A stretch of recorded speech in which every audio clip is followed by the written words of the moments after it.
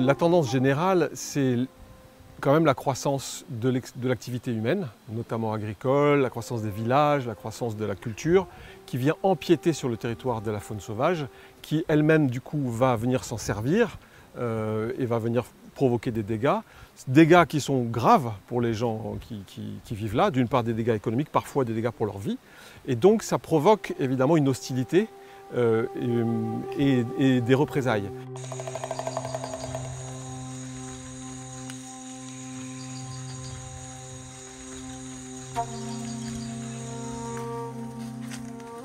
Ils ont cassé un peu tout là.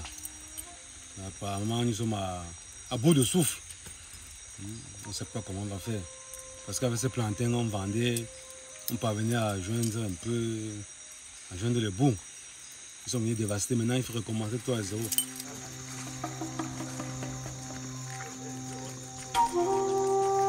Ils sont passés par là et en passant, ils ont déféqué ici.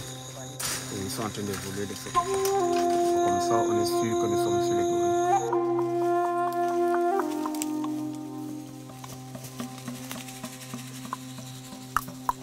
Si par exemple le mâle dominant à la présence des hommes, il charge, on note tout de suite qu'il n'accepte pas les hommes.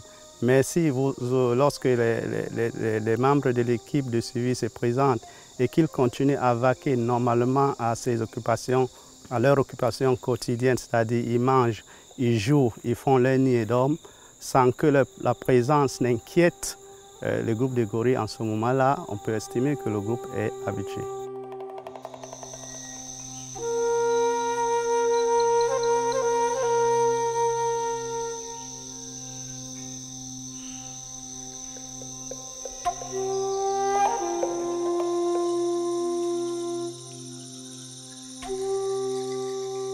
Notre cas spécifique au Cameroun, c'est que les populations pensent que la conservation ne leur apporte rien.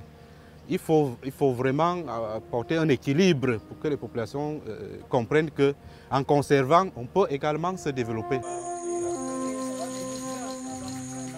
On ne peut pas tuer un éléphant. Le mal en face. Si on t'attend un éléphant, c'est la prison.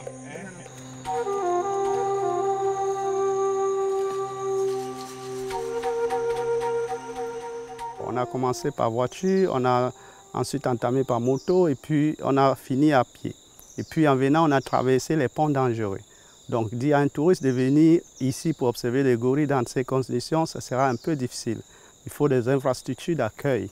Et à côté de là aussi, il faut qu'on définisse comment est-ce que l'argent généré par le tourisme de gorilles sera redistribué.